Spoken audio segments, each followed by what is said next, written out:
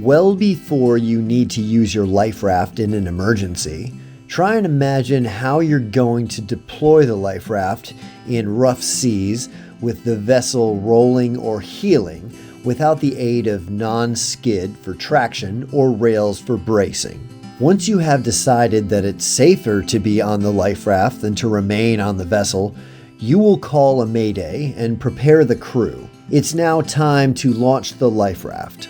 The life raft canister sits in a cradle that is hard mounted onto the deck. If for some reason you fail to release the life raft from the cradle and it goes down with the sinking vessel, the hammer release mechanism will be triggered by water pressure and release the life raft canister, which will float to the surface and inflate on its own.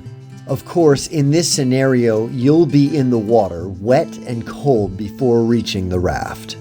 If you have time, you are better off releasing the canister from its cradle by hand.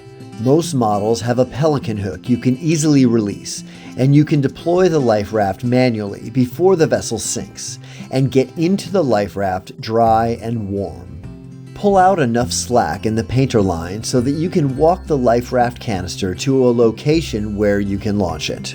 Make sure the raft is in a position where it won't become entangled in the wheelhouse or the rigging if the boat rolls over. Pull out the painter so there is enough slack in the line to reach the water. Check to make sure there is nothing below you in the water that could damage the raft. Then throw the canister overboard. Do not inflate the raft on the deck. Pull on the painter until the raft inflates. You will usually need to pull a little more than 100 feet of line. Then, when you feel resistance, give a sharp tug to inflate the raft.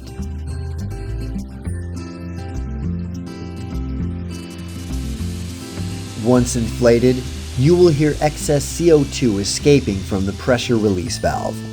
This is normal and doesn't mean the raft is leaking. Secure the painter to the vessel until it sinks.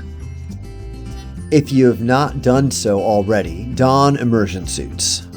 Ideally, you should enter the raft from the vessel directly and keep yourself dry.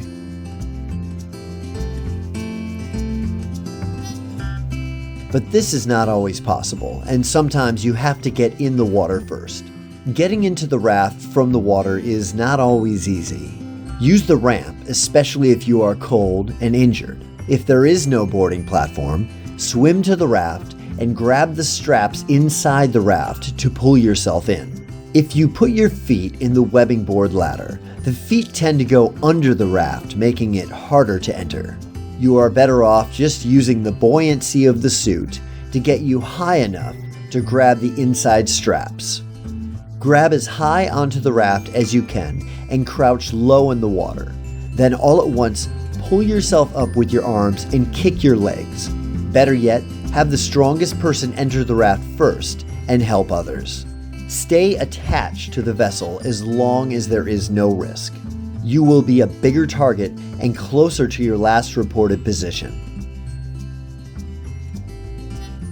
The safety knife near the entrance of the raft is there so that you can cut the raft loose from the vessel if the vessel does go down. Practice these skills to increase your chances of survival.